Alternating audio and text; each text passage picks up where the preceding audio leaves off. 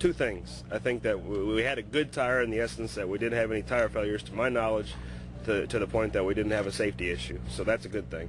Was the tire hard? Was the tire harder than we anticipated, or maybe it needed to be? Maybe so.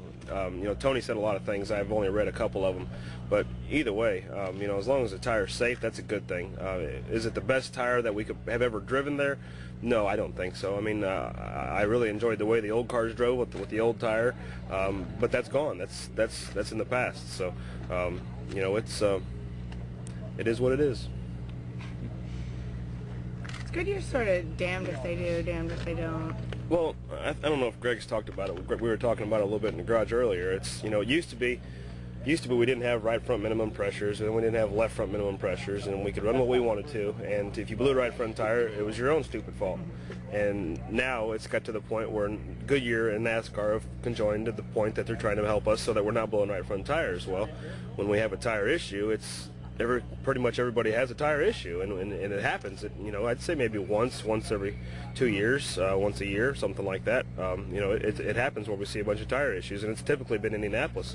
A couple years ago was Pocono. So, that's the tough part of what we have to deal with is, they're trying to do the right things, and we're trying to build better tires and safer tires and all those things. But, it's when you set those rules and you make those regulations, then you're kind of setting yourself up.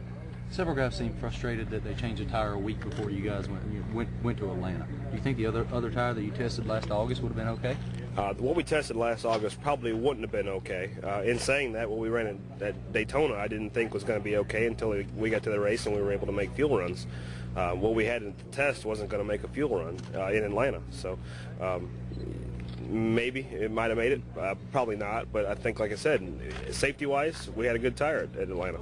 Ryan Greg was saying that part of the responsibility falls on cruising teams for not using too much camber, too little air, stuff like that. Yeah, that's what we were just talking about. How much input do you have into what's actually you're going to have to drive? Well, I have input in it, and not just in the setup, but just like Greg was talking about in the steering wheel. When you're tight, you just don't crank on the wheel. I mean, anybody can go out there and blow out a right front tire. It's not that difficult.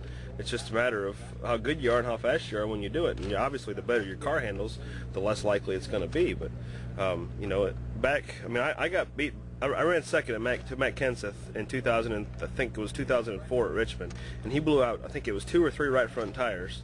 Came in and pitted. His car was that fast. He came back and won the race, and we ran second.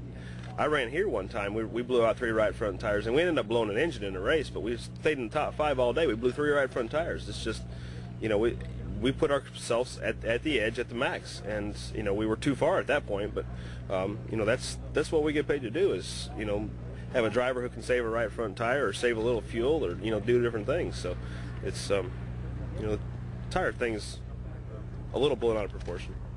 You just